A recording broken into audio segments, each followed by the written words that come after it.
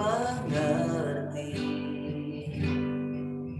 lebih dari semua yang ada. Hikmatmu tiada terselami, kasihmu dalam tak terduga. Kau sungguh indah tiada taranya, mulia dan berkuasa. Sekali lagi katakan,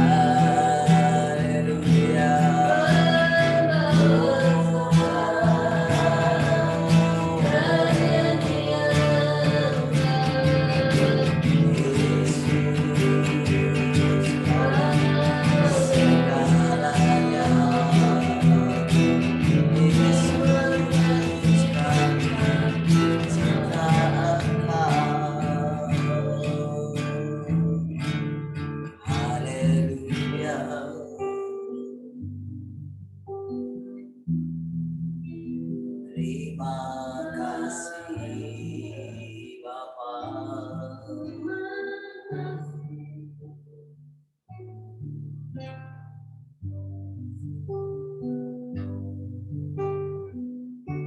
Inilah yang ku renungkan setiap waktu, nyanyian pujian dan pengagungan kepadamu.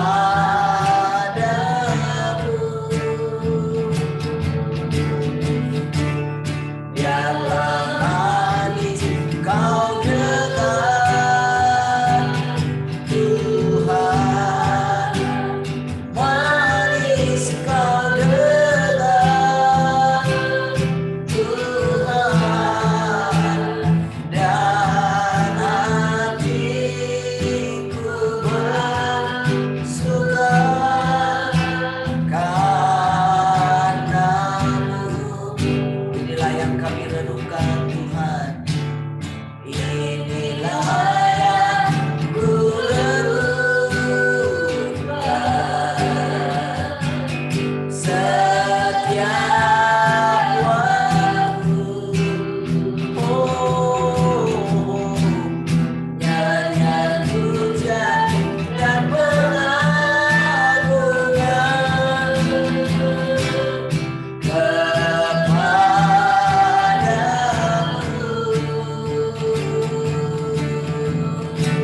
Biarlah manis kau dekat, Tuhan, manis kau dekat, Tuhan, dan hatiku bersuka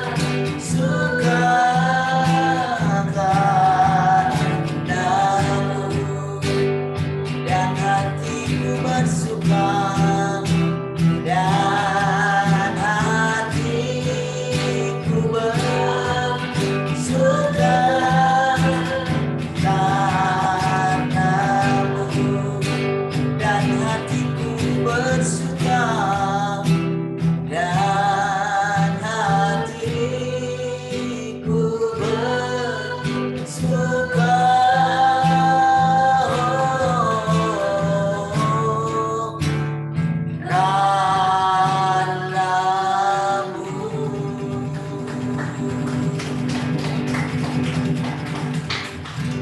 Terima kasih Bapa.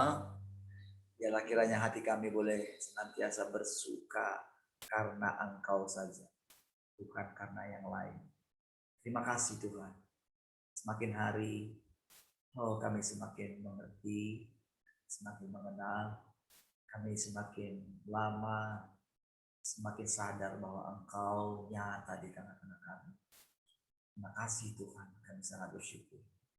Tuhan, di hidup kami, biar kiranya Engkau menyatakan diri-Mu lebih lagi, sehingga kami boleh mempermuliakan Engkau. Terima kasih Tuhan, terima kasih. Terima kasih kalau Engkau terus mau membawa kami dari pengenalan kepada pengenalan.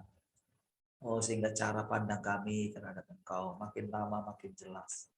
Terima kasih Tuhan, terima kasih. Hari-hari yang kami lalui adalah hari-hari di mana terus Engkau membentuk kami jadi seperti yang sudah Engkau rancangkan sebelumnya. Terima kasih Tuhan. Tubuh kami ini juga sedang dilatih untuk boleh mempermuliakan Engkau segenap tubuh ini. Terima kasih Tuhan. Terima kasih. Biar kiranya Engkau semakin leluasa bekerja melalui tubuh ini, memanifestasikan diri-Mu melalui tubuh kami.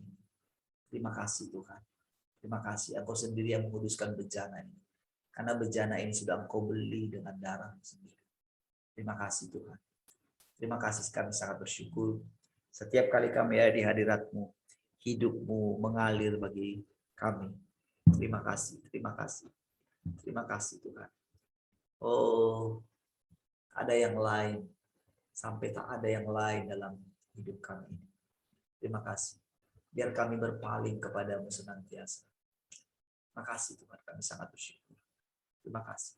Setiap kali kami ada di hadapan-Mu, Engkau memandikan kami dengan firman.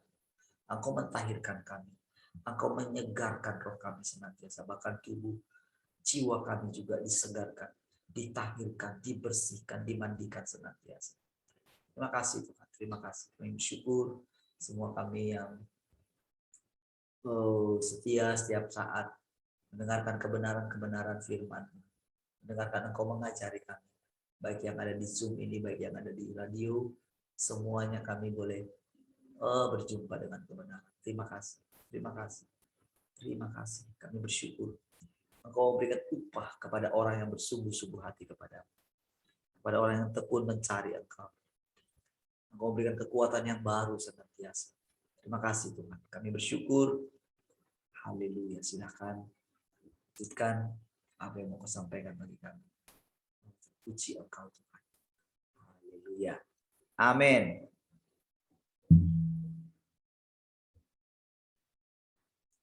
Halo semua. Halo. Suaranya cukup jelas kah? Shalom. Jelas, Pak. Jelas.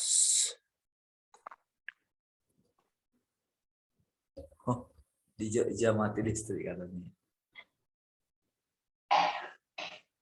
Ya, Pak. Betul, Pak. Mati ini gelap-gelap ini.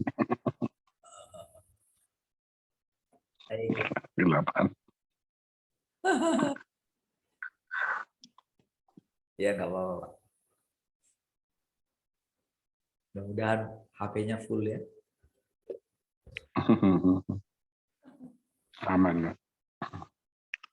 Oke, baik. Begitu kan, saudara? Nah, saudara, setiap kali rasanya kalau itu kita seperti ini ya, kayak tanggung gitu ya.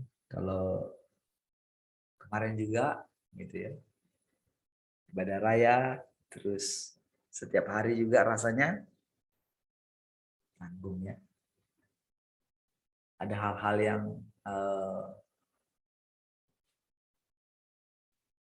sepertinya nggak kesampaian gitu ya. Tapi saudara, memang secara Tuhan, kalau saya perhatikan ya, bagaimana dia mengajar kita ya, memang berbeda ya, berbeda dan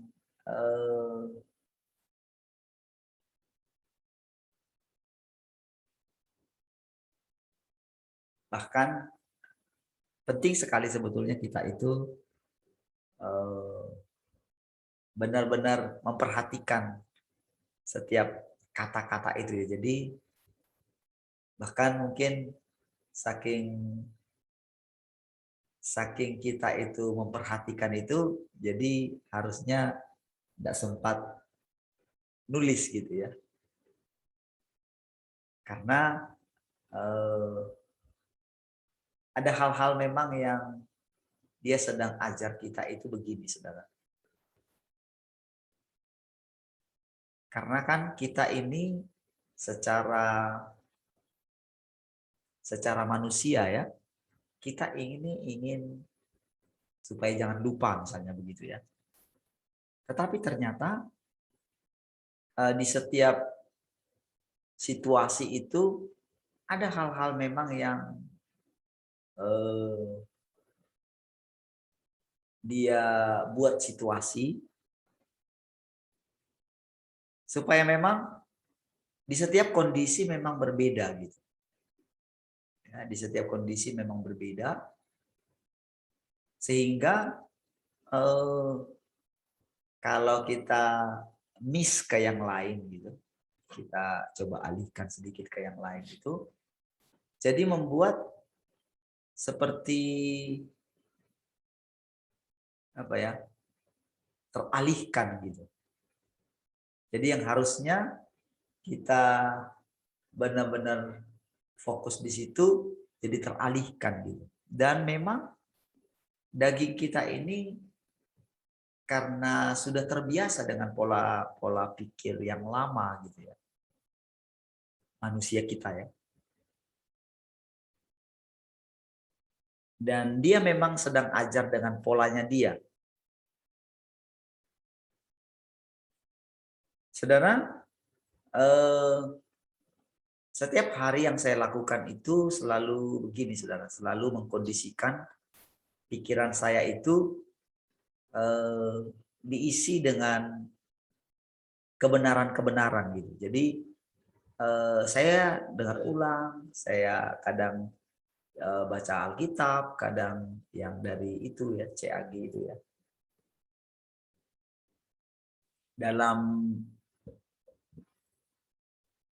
Jadi dalam setiap setiap melakukan apapun gitu ya.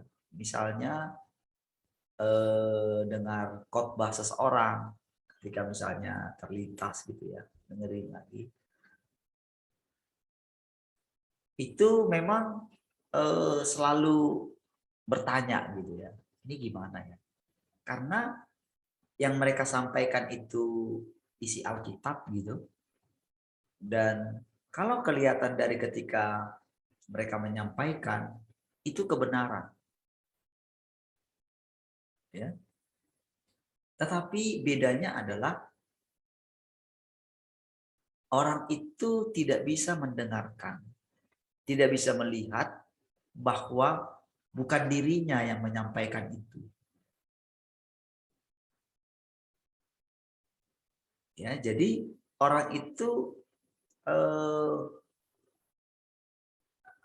tidak sadar gitu.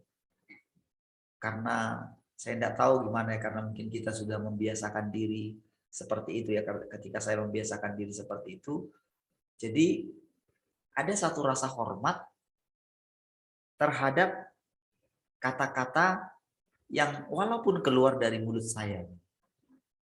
Karena kan siapa lagi yang mau kita lihat? Siapa lagi yang mau benar-benar memanifestasikan dirinya gitu? Kan saya sudah coba cari gitu kan. Siapa lagi orang yang mau benar-benar jujur? Kan yang tahu kita jujur atau tidak kan kita sendiri ya. Ketulusan hati kita kan kita yang tahu, kan kita yang lebih tahu dong. Daripada kita memperhatikan orang lain. Kan begitu ya. Kita yang lebih tahu kejujuran hati kita. Artinya begini saudara. Kan Tuhan bilang, berbahagialah orang yang suci hatinya. Karena mereka akan melihat Allah katanya kan. Kan kesucian hati kita kan kita yang tahu. Berarti kan kita setiap hari memperbandingkan gitu. Apa yang kita ucapkan dengan apa yang kita lakukan. Jadi saudara, kalau kita mau melihat Tuhan yang berinkarnasi itu di mana, harusnya kan lebih mudah dalam diri kita. Iya dong. Harusnya begitu. Jadi sebetulnya bukan di orang lain. Nah, jadi saudara sampai timbul satu keadaan di dalam hati saya begitu ya. Sampai bisa membedakan gitu. Mana Tuhan yang berinkarnasi, mana manusia. Jadi kalau kita katakan manusia itu mewakili kita. Jadi mana dia yang manusia lama kita, mana yang manusia baru kita. Manusia baru artinya yang diperbaharui terus. Kan itu kan manusia baru. Yang diperbaharui terus sampai kepada haliknya. Jadi sampai kita bisa mengetahui, sampai bisa beda-bedakan gitu ya. mana dia dari yang lama, mana dia dari yang sudah diperbaharui, mana dia dari yang Tuhan yang berinkarnasi. Maksudnya Tuhan yang sudah datang itu gitu.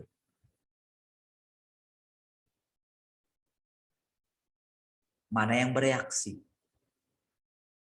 Makanya kan sampai Paulus kan menemui seperti membedah dirinya kan. Di Roma pasal yang ke-7 itu kan. Ayat 25 itu. Dengan akal budiku, aku melayani hukum Allah. Dengan tubuh jasmaniku, aku melayani hukum dosa. Gitu ya. Jadi dia sampai bisa jadi dia itu memang benar-benar seperti seseorang yang menemukan satu penemuan.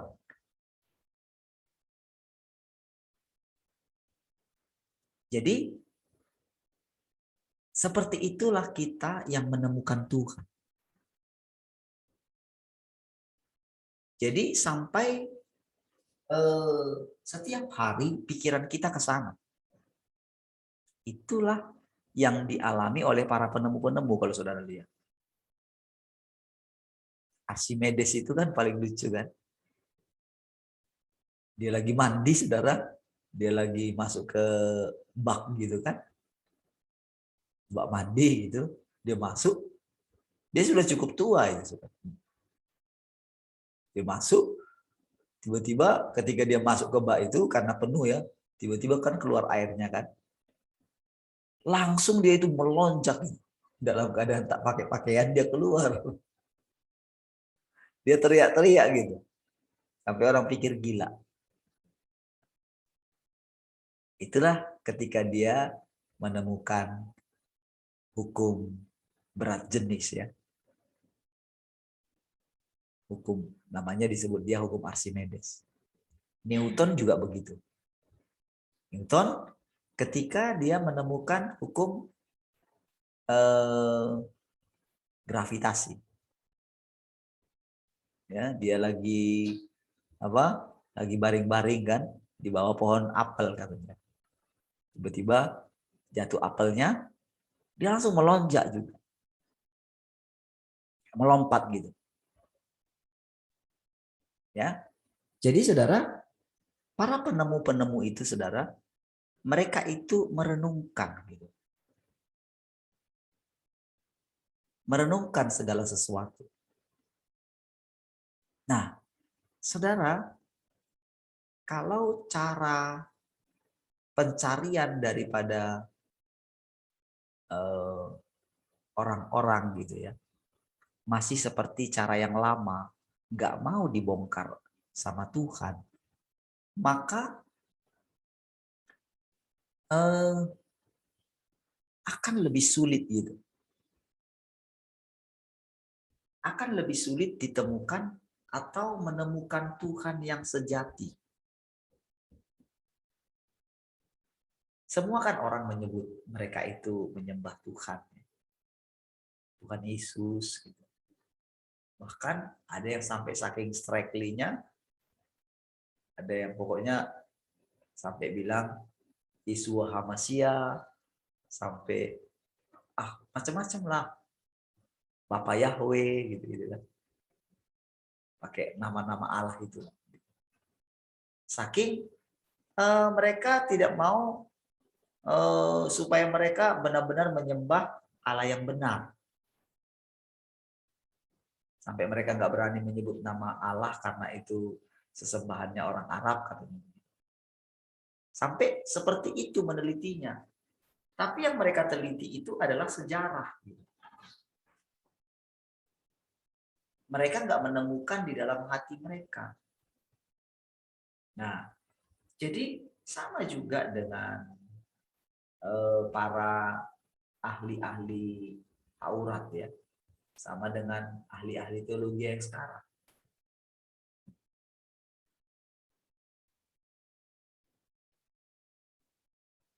Mereka tidak pernah merombak gitu.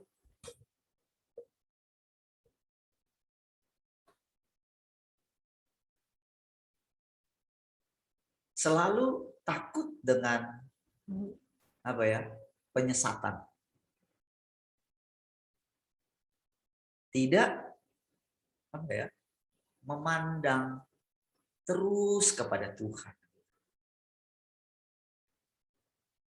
Harusnya saudara, pengenalan kita akan Tuhan itu terus bertumbuh dan kita terus berjalan bersama dengan Tuhan.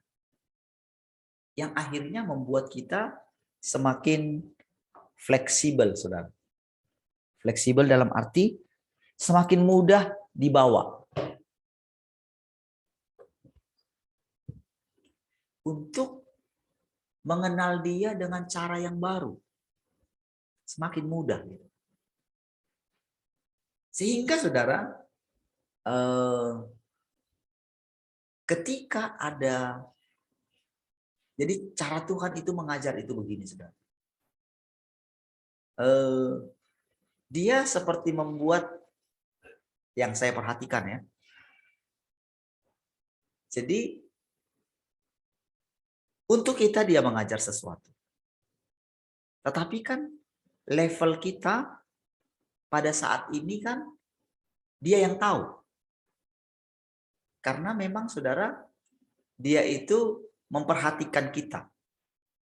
Jadi ketika Tuhan menemukan seseorang gitu, atau begini, lebih tepatnya begini saudara.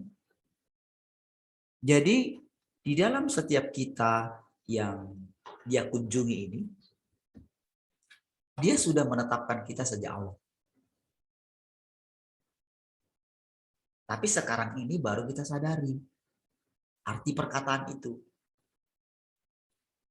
Dan semakin kita itu mengarahkan pandangan kita kepada Dia, maka sama seperti perempuan yang pendarahan itu menjamah jubahnya Tuhan, maka dengan sendirinya dia menarik kuasa Tuhan tanpa tertahankan oleh Tuhan. Jadi itu adalah hukum, saudara. Istilahnya saudara, si perempuan yang pendarahan itu menemukan satu hukum yang baru di dalam dirinya ya. Sampai itu dicatat dalam Alkitab, itu juga menjadi satu pelajaran bagi kita. Kan dia bilang ketika dia jamah, asalku jamah saja jubah. Karena memang saudara, secara jadi saudara, pastilah perempuan pendarahan itu saudara mengerti arti jubah imam gitu. Itu kan ada artinya itu. Jadi di ujung jubah imam itu ada, kalau itu buah delima gitu, yang dikeringkan gitu. Jadi bayangan dia, Tuhan itu adalah imam, lambang Tuhan gitu, lambang ya imam besar. Jadi pasti dia sudah dipenuhi dengan cerita ibunya Samuel gitu. Saking kepedihan hatinya kan, dia dipenuhi. Jadi imannya itu berdasar. Asalku jamah saja jubah.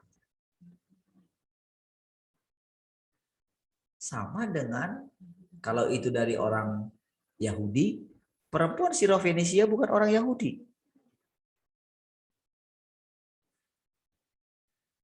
Jadi dia merenungkan sesuatu yang benar-benar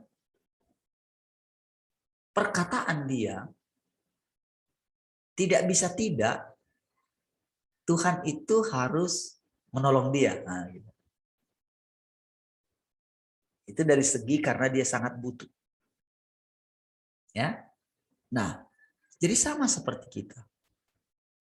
Ketika kita menemukan diri kita ini, atau semua orang itu tak bisa lepas tak bisa diselamatkan. Maka tingkat kebutuhan orang ini kepada Tuhan sangat tinggi sekali. Maka harusnya kita itu akan seperti para penemu itu, saudara. Iya, saudara, para penemu, saya baca beberapa orang penemu itu mempunyai gaya hidup seperti itu. Sampai menua mereka, kalau belum ditemukan, kalau dia belum menjawab jawaban dari penasarannya gitu ya, maka dia akan terus sampai tua. Dan saudara, pada akhirnya saudara, saya menemukan beberapa di antara mereka itu sampai mereka menemukan Tuhan. Seperti Charles Darwin gitu ya. Kan sebetulnya kan dia sudah bertobat kan. Tapi penemuannya itu itu kan gagasannya dia. Akhirnya dia sadar. Tapi sudah sempat masuk ke dalam kurikulum, nggak bisa ditarik lagi. Sekalipun dia sudah tarik. Yang terakhir kan kita dengarkan penemu PCR itu kan. Jadi ketika dia temukan itu, namun sudah ditangkap langsung, akhirnya sebetulnya dia tidak menyarankan itu untuk COVID dan segala macam. Enggak bisa itu. Tapi sudah terlanjur.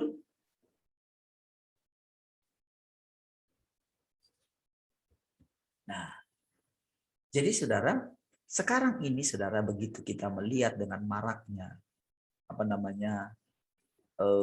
sekolah-sekolah Alkitab atau orang-orang yang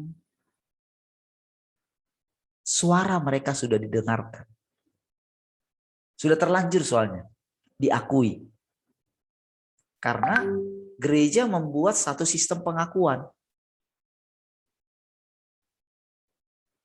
Istilahnya mereka jadi kayak ustadz lah gitu kan, atau kayak kiai lah gitu. Jadi begitu sudah sampai kepada gelar kiai gitu, sudah, apalagi pengikutnya banyak. Maka apa saja yang diucapkan itu sudah seperti Tuhan. Kan imam besar juga waktu itu seperti itu kan. Jadi dianggap apa yang diucapkan itu adalah ucapan Tuhan. Nah, itulah yang terjadi sehingga saudara, ketika Tuhan datang sendiri, dia datang dengan sederhana,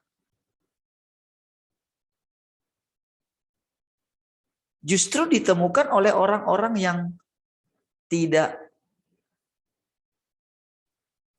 menjadi murid-murid orang yang hebat itu gitu. Dia justru ada di luar. Dia nggak di bait suci. Dia di luar. Jadi anggapan mereka Tuhan itu harus datang melalui pendeta-pendeta hebat itu gitu. Justru di sini kita melihat jemaat itu dipenjarakan oleh orang-orang hebat itu gitu loh, saudara. Nah, jadi saudara, ketika kita, jadi kuncinya ada di masing-masing kita. Nah, jadi ketika dia menemukan hati kita, jadi itu otomatis, saudara. Sama seperti saya bilang, saudara, perempuan pendarahan itu ya. Jadi setiap kita ini, ketika hati kita memang benar-benar tulus, gitu, murni. Gitu. Ini tulus dan murni itu beda dengan beda dengan berdosa ya, beda. Beda, saudara. Karena itu sebabnya, saudara, Tuhan harus tebus dosa kita.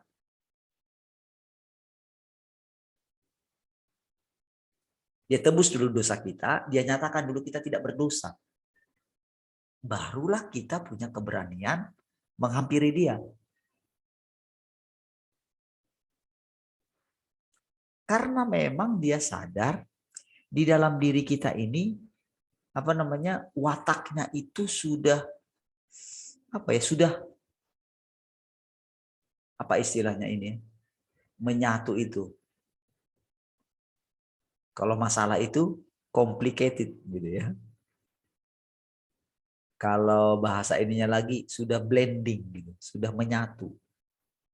Sudah menyampur gitu.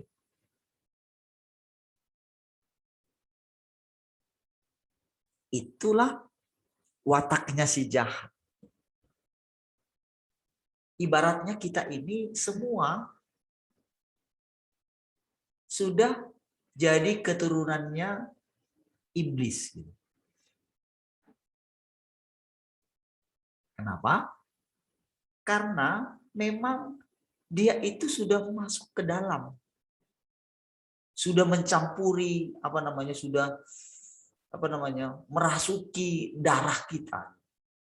Dari nenek moyang kita. Ya, itu sebabnya dia berfirman dulu. Walaupun dosamu merah seperti gamis, akan putih seperti salju. Tetapi harus berperkara di hadapan Tuhan kan? Namun kan ketika kita berperkara dengan Tuhan, kalau kita itu selalu diarahkan pandangan kita kepada kerusakan akibat dosa yang kita lakukan, maka minta ampun kita itu, minta ampun terus, berperkara terus, itu tak menyelesaikan masalah, saudara. Bahkan membuat kita bosan. Karena pada kenyataannya berulang lagi melakukan dosa itu.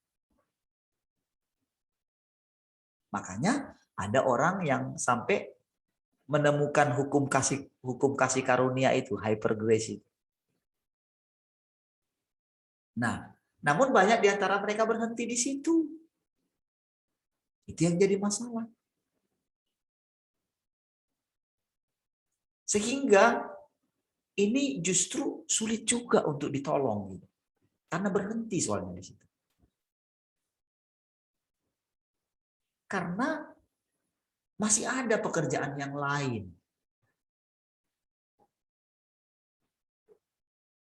Jadi kayak kita disadarkan lagi.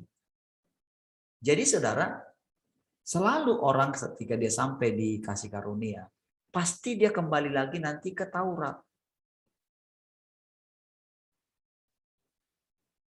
Lalu dengan dia melihat kasih karunia itu, dia melihat dirinya nggak bisa lepas karena kembali ke Taurat.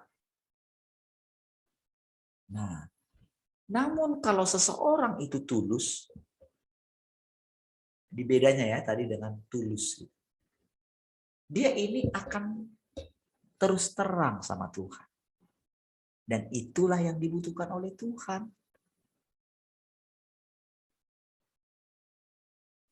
Kan itu yang membuat Daud itu berkenan. Ketika benar-benar dia itu ini loh terbuka nih. Tuhan kan aku dikandung juga dalam dosa.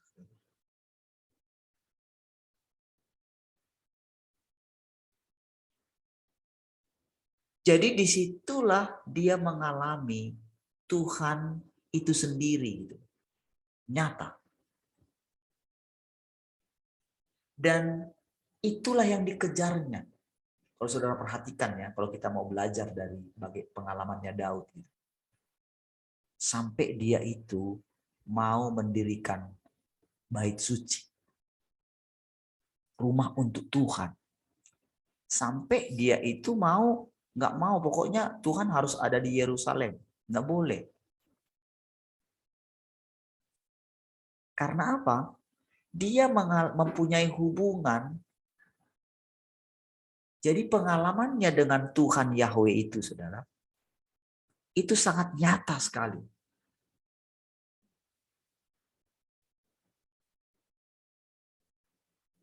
Itulah yang membuat dia itu mendapatkan perkenanan.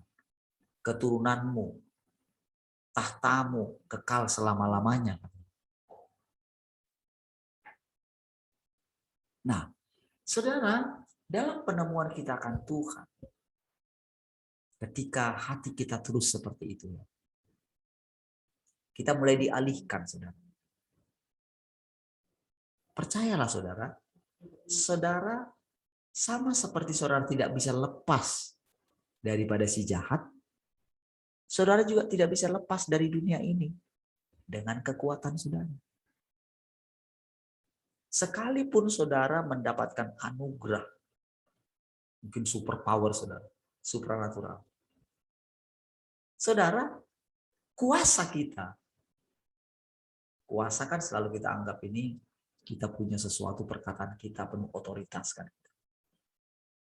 Bagi iblis, itu bukan itu yang untuk mengalahkan iblis, bukan. Kita hanya dikatakan menginjak. Lalu dikatakan alam maut tidak menguasainya. Begitu kita berpegang teguh kepada pengenalan kita akan Allah. Namun saudara, ada begitu banyak area dalam hidup kita yang diketahui oleh iblis. Dan sengaja memang, sengaja Tuhan itu menaruh kita itu persis di sarangnya dia. Jadi dengan kita menyadari keadaan itu, Tuhan juga tahu. Tetapi tahukah saudara, justru kita ini medan pertempurannya Tuhan. Oke? Nah, jadi dia menang atas iblis itu ketika bersamaan dengan kita menang atas iblis itu.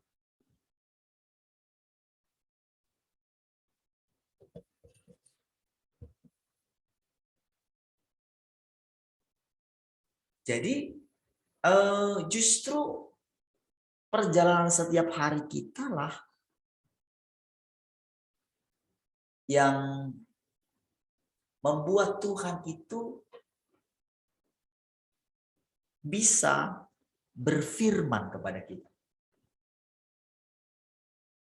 Jadi ketika Tuhan sudah berfirman, saudara, itu upah saudara bagi saudara.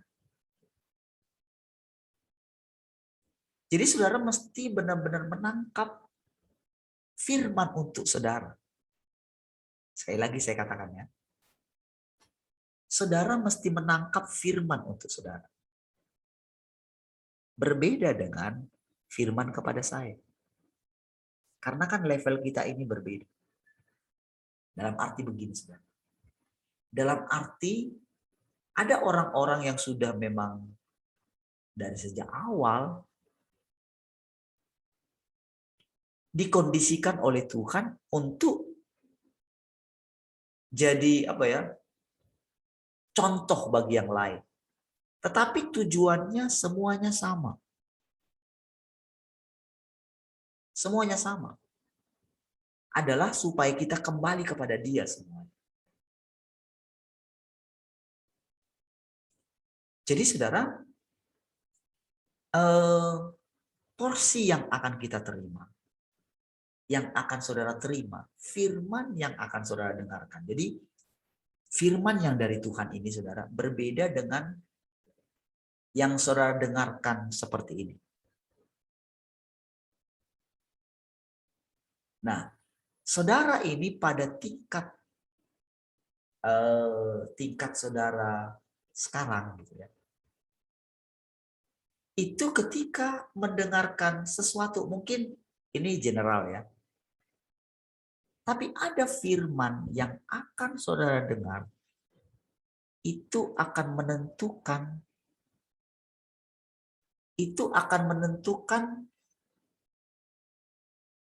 di mana saudara berada.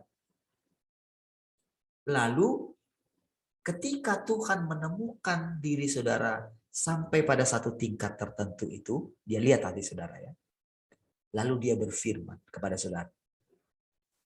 Ketika dia berfirman kepada saudara, maka itu seperti perlindungan, seperti perisai. Jadi saudara, kita ini adalah upah kita sendiri. Jadi ada upah kita secara pribadi dari perkataan itu. Jadi perkataan Tuhan itu, saudara, begitu kita terima, itu yang sampai Yakub itu dia pegang kakinya Tuhan itu, bergumul kan, bergulat kan. Sampai dia bilang, aku tidak akan melepaskan engkau sampai engkau memberkati aku. Saudara, yang diperoleh Yakub itu cuma kata-kata loh, ingat. Itulah firman, saudara. Kan dia bilang, siapakah namamu? Jadi saudara, walaupun Yakub itu bergulat dengan malaikat, tapi sebetulnya dia bergulat dengan Allah. Jadi seperti itulah Allah. Saking dia ingin berhubungan kembali dengan kita. Karena kita adalah rohnya. Roh kita diingin dengan cemburu. Sampai dia bisa menyamar jadi malaikat. Sampai dia ngomong melalui keledainya Bileam. Bagi dia nggak ada halangan, saudara.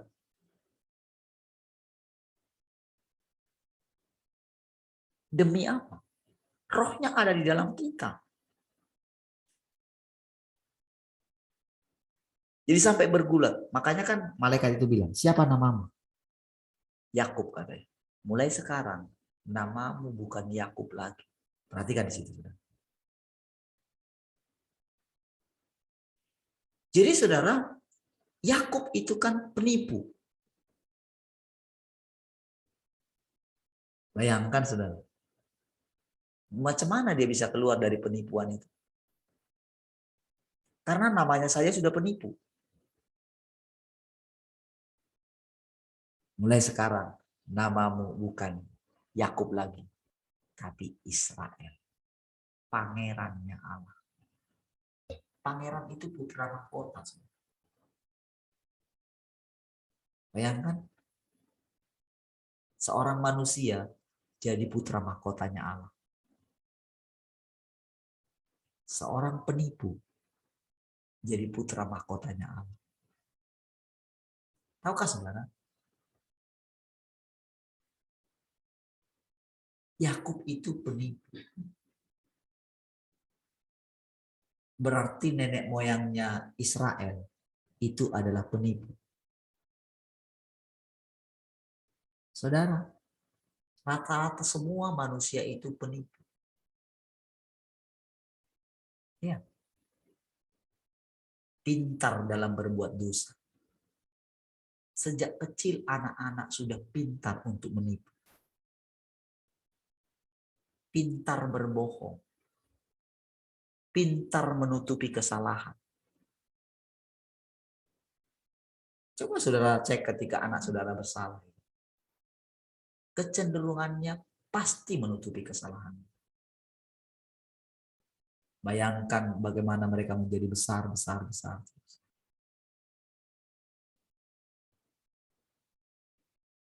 Berbeda dengan kita ketika kita dulu, itu ketika misalnya dilatih, gitu kan. Nggak bisa mencuri misalnya. Ini dengan keras kan. maka kemana-mana pun itu nggak mungkin mencuri. Itu ada sesuatu yang sangat membekas. Ya. Nah, jadi saudara, begitu dia ganti nama kita, itulah yang saya bilang saudara, kita mendengarkan firman-Nya untuk diri kita sendiri. Saudara, kenapa saya sangat ini sekali dengan yang namanya jangan takut, Parlin. Aku yang perisai. Saudara, untuk kita itu boleh menampung, menyambut Tuhan di rumah kita. Di sini. Semua kita nggak layak. Seorang Petrus pun ketika Tuhan datang, ketika dia mau diangkat jadi muridnya, itu harus bersujud saudara Petrus itu saudara. Tuhan, pergilah daripada aku orang berdosa.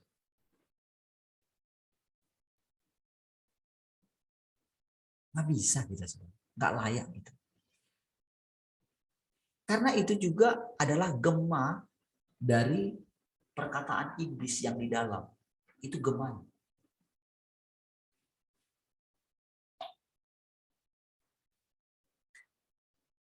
Itu adalah gema daripada suara Adam.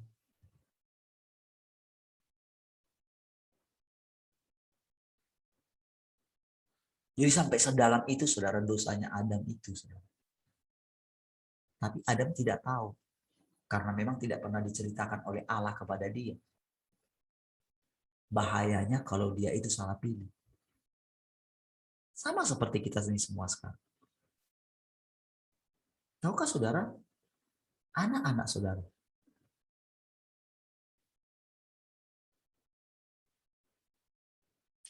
Itu adalah benih saudara. Saudara adalah sumbernya. Kalau sumbernya tidak diperbaiki, maka ke bawah pasti kotor. Alirannya pasti kotor, saudara. Makanya ketika Tuhan menemukan saudara, upah saudara adalah anak-anak saudara.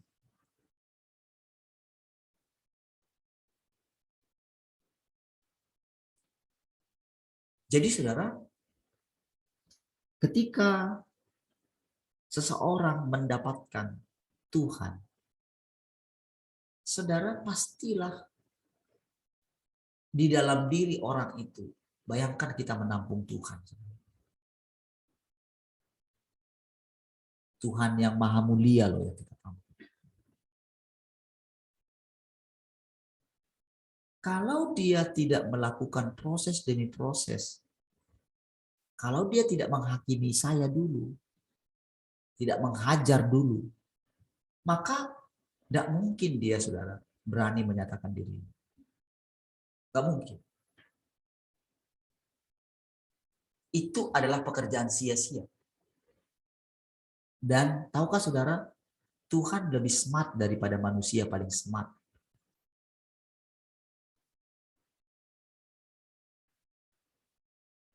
Jadi ketika dia memilih seseorang untuk menyatakan dirinya, itu pasti saudara, orang itu saudara sudah dihajar dan harus dihajar dulu, dan sehingga orang itu mengerti apa itu takut akan Tuhan. Itulah yang sedang dia kerjakan kepada kita.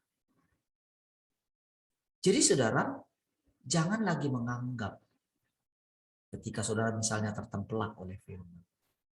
Jangan lihat manusianya. Saudara akan tersandung. Karena kita pun sama-sama manusia. Oke? Nah, jadi saudara, ketika dia mau menyatakan dirinya itu saudara, jadi dia sangat hati-hati. Jadi ketika kita menghargai hajarannya Tuhan, tidak bersungut-sungut dengan hajarannya Tuhan. Saya mungkin saudara mengakui di hadapan Tuhan itu begini. Saya ini orang paling lamban juga. Karena saya ikuti saudara. Dari ketika dia ngajarin saya tentang kekhawatiran, tentang ini, tentang itu gitu ya. Saya cukup lamban. Saya harus akui di hadapan Tuhan. Tetapi saudara, kejujuran saya di hadapan Tuhan ngomong seperti itu dia terima dan dia sangat yakin dia akan berhasil dalam pekerjaannya di dalam diri saya. Saya saudara cerita ini saudara adalah untuk menggugah saudara bahwa seperti itulah ketekunan Tuhan dalam seseorang. Nah, kebetulan saya menemukan sendiri cara ini, bukan diajar orang. Ketika saudara saya menceritakan kepada saudara, kayak kemarin Petrus, Paulus, seperti itu. Itu bukan karena saya baca dari buku mana. Tapi kadang-kadang saudara, ketika saya cerita, dikonfirmasi dari buku yang lain. Tetapi saudara, sebetulnya tidak perlu dikonfirmasi oleh yang lain.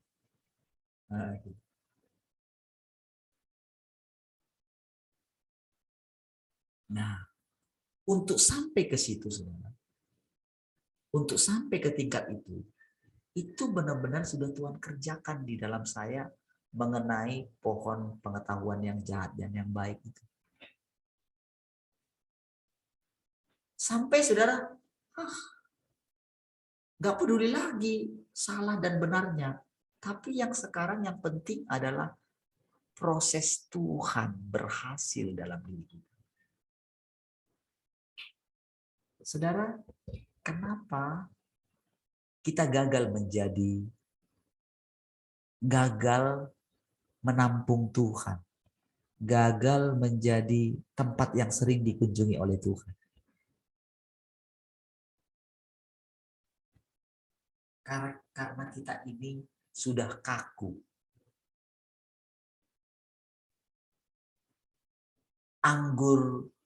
Kulit anggur kita, saudara, apa namanya? Kantong kulit kita itu sudah lama, sudah kaku, sudah keras.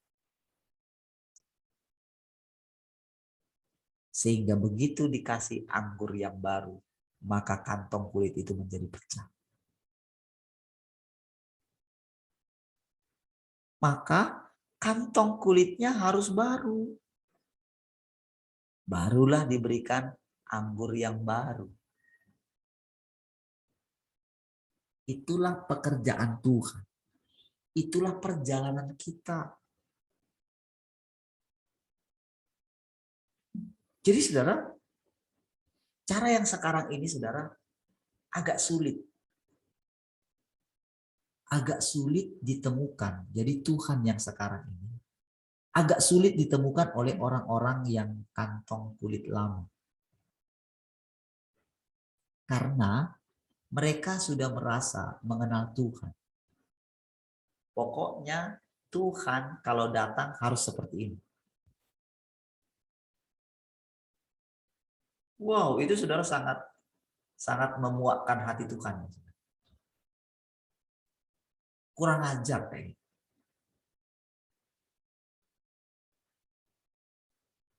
Itu sangat menyinggung perasaan Tuhan.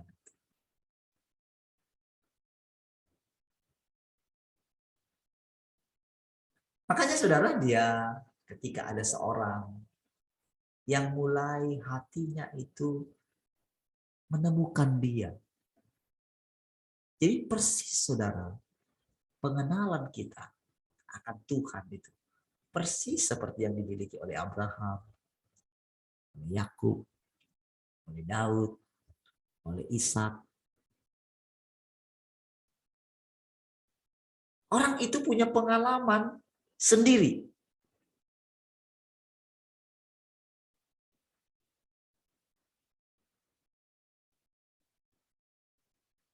Jadi murid-murid Tuhan itu kan diambil dari luar bait suci. Bukan dari dalam. Sengaja sudah. Karena orang-orang ini sudah menemukan kemunafikan. Makanya saudara, ketika Tuhan bawa saya keluar itu dari sana, saya itu ini ya, waktu keluar dari yang gereja besar itu, saya bilang sama istri saya semalam, saya kecelek memang dengan teman-teman ini. Saya pikir mereka tulus seperti saya tulus gitu.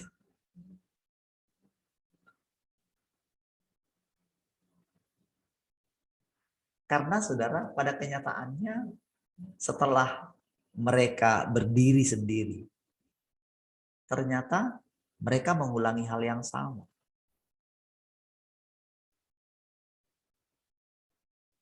Di situ benar-benar saya kecelek gitu. Waktu membuktikan. Sehingga saudara, saya menemukan ketika saya coba menerangkan penemuan saya akan Tuhan kepada mereka, itu saudara nggak bisa mereka tangkap. Mereka nggak bisa menemukan Tuhan yang saya temukan. Ya. Jadi, sudahlah.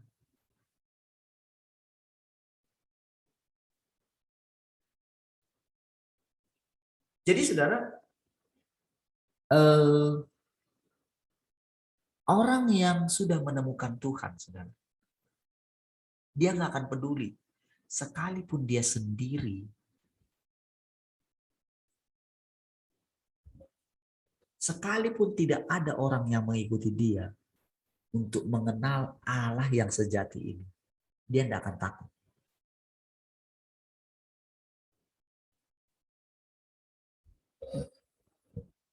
Sekalipun dia ditinggalkan oleh siapa saja,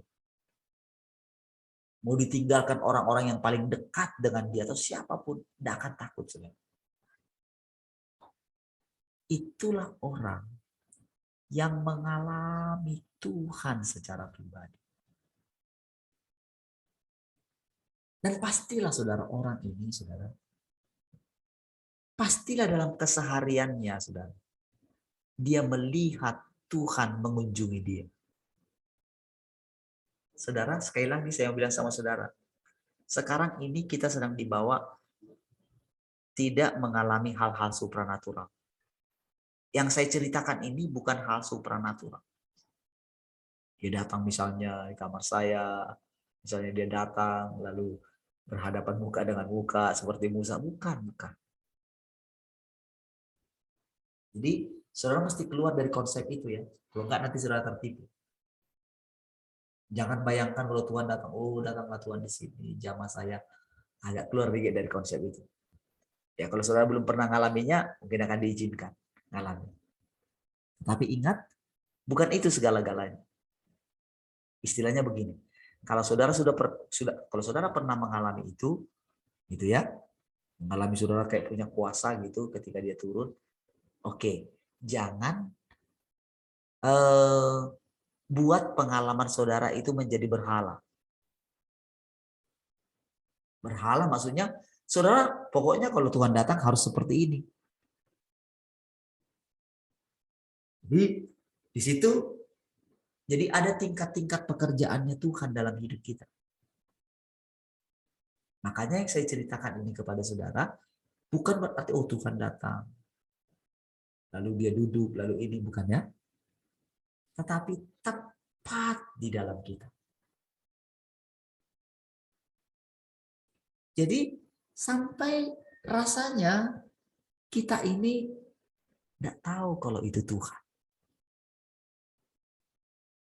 Tetapi semakin kita bicara, semakin saya mengucapkan kata-kata itu, semakin saya renungkan, semakin saya setiap hari berbicara, saya tahu itu Tuhan. Saudara, keadaan ini kan persis seperti murid-murid yang mengalami penampakan Tuhan kan? Tadinya kan mereka bicara. Kok lama-lama kok berkobar-kobar ya hati saya, kata dua orang perjalanan ke Emmaus itu kan, dua murid itu. Baru ketika masuk ke ininya, ke rumah mereka gitu, di mana ada murid-murid di sana, kan tadinya kan dia pikirkan itu kayak musafir kan, Yesus itu kan.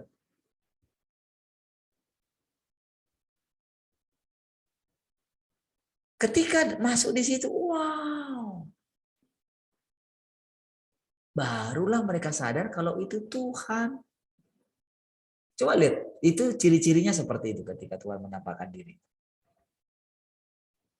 Nah, jadi saudara, ketika Tuhan menampakkan diri kepada kita,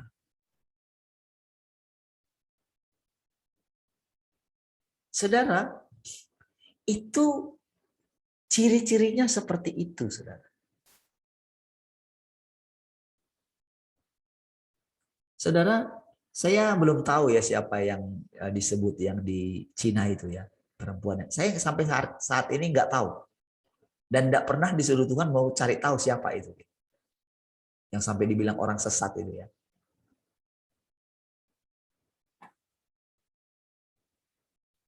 Saudara, saya nggak tahu dan memang saya nggak mau tahu. Tetapi saudara, ketika saya tanya, Tuhan, ketika saya baca firman Tuhan yang disampaikan melalui beliau ya, melalui mulutnya, itu benar-benar saudara, saya menemukan Tuhan.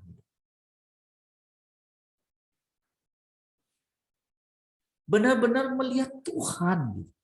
Dan saya boleh membayangkan bagaimana pertama kali dia mengalami perjumpaan dengan Tuhan.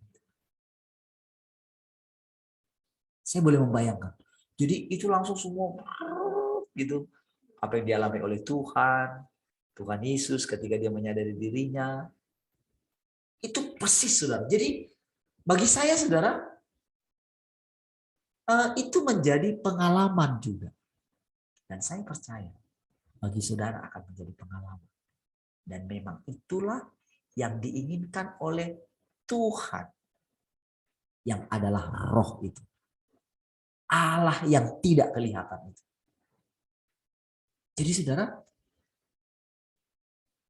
membaca Alkitab, seperti kemarin kita baca tentang Yohanes pasal 10 itu kayaknya terang benderang. Jelas sekali saudara. Dan lama-kelamaan saudara, saya mulai menemukan begini saudara. Lama-kelamaan saya menemukan setiap kali saya mau ini ya, menyampaikan sesuatu kepada saudara. Misalnya ibadah lah, mau pas seperti ini gitu ya. Saya benar-benar saudara itu berkali-kali, itu sebabnya saya bilang saudara, saya termasuk lamban gitu. Karena saudara, kadang saya mesti gini loh, nggak bisa membebaskan Tuhan itu sebebas-bebasnya. Karena itu tadi saudara, kita manusia, saya manusia, kalau dia nggak menghajar saya, nggak menghakimi saya, nggak mungkin saudara saya berani berbicara seterus terang ini saudara. Seterus terang sekarang ini saudara, itu dia yang berbicara, namun selama ini saudara, karena kebodohan saya, karena kelambanan saya, karena kekurang percayaan saya, karena merasa tidak layaknya saya,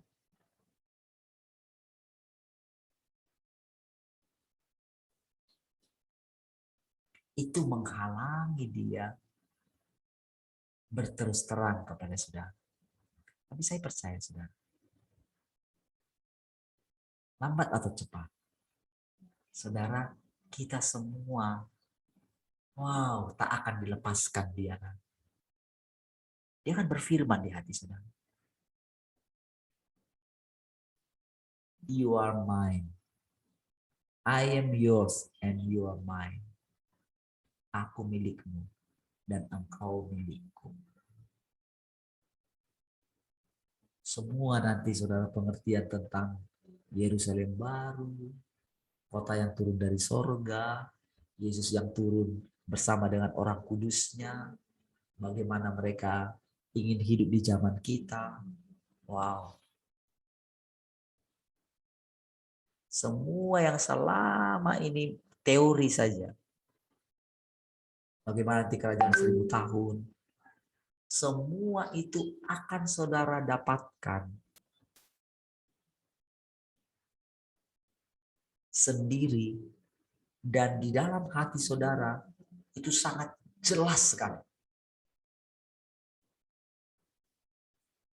Saudara, pengetahuan dunia ini saudara selalu salah benar. Trial and error. Tapi kalau pohon kehidupan tidak ada seperti itu.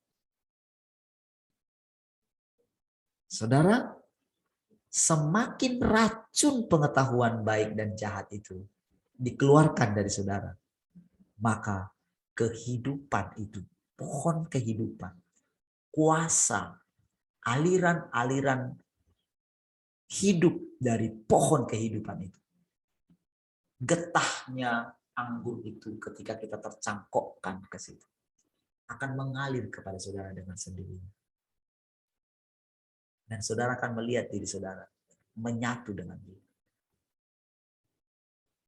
Wow, ini pengalaman yang luar biasa. Saudara bersama dengan Tuhan. Dan saudara, tidak mungkin saudara akan kembali kepada dunia lagi. Tidak mungkin.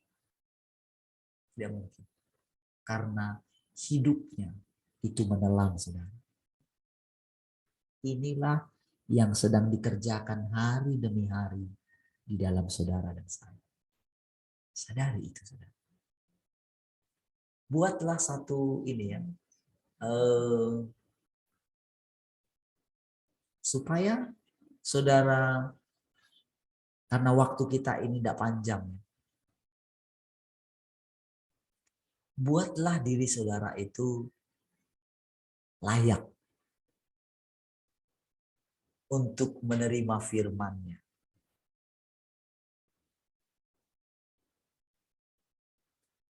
Ketika saudara merendahkan hati saudara, tunjukkanlah sikap saudara di hadapan Dia setiap hari yang menunjukkan bahwa saudara benar-benar merindukan Dia. Benar-benar lapar akan Dia. Benar-benar bayar harga untuk mencari Dia. Nggak tinggi. Setiap harga yang saudara berikan kepada Dia selalu ada upah. Dan tahukah saudara?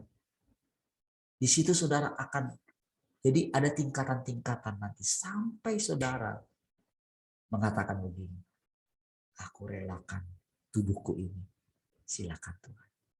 Aku rela mati demi mengasihi Engkau. Wow.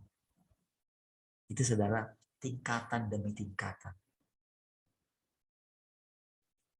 Itulah sungai yang sedang kita jalani.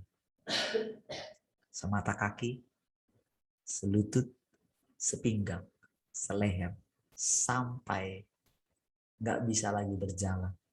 Kita nggak punya jalan lain lagi. Karena kita sudah menyatu dengan Dia. Wow, saudara, inilah kesempurnaan daripada kehendak Allah dalam hidup kita. Justru disitulah letaknya keselamatan kita. Disitulah benar-benar kita diselamatkan. Jadi saudara, proses penyelamatan ini panjang ya saudara.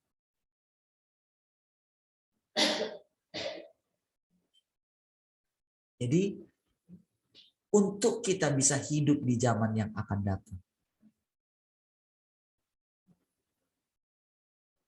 perjalanan yang panjang ini membuat nanti saudara benar-benar sampai ketika kita dinyatakan, seluruh bumi ini juga secara otomatis mengalami pemulihan. Otomatis.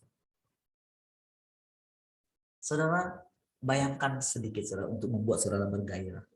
Bayangkan sedikit bagaimana nanti seluruh muka bumi ini nggak ada penindasan, nggak ada air mata, yang ada adalah keindahan, sukacita, saling berbagi.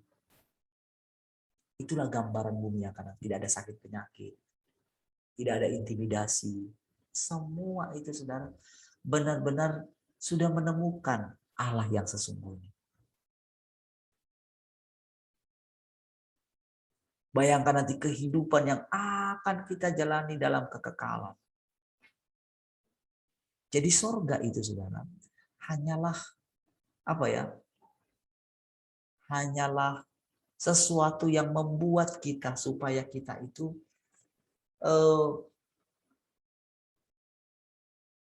untuk sampai kepada Tuhan, membuat kita bergairah, bersemangat.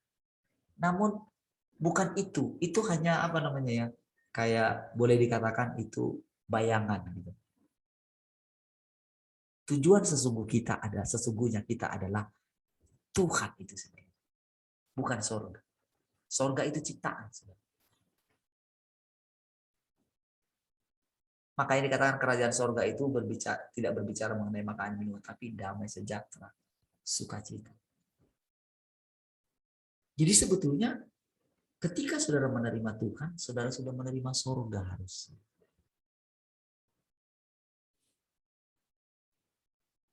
Jadi saudara, untuk menemukan Dia yang menciptakan sorga itu,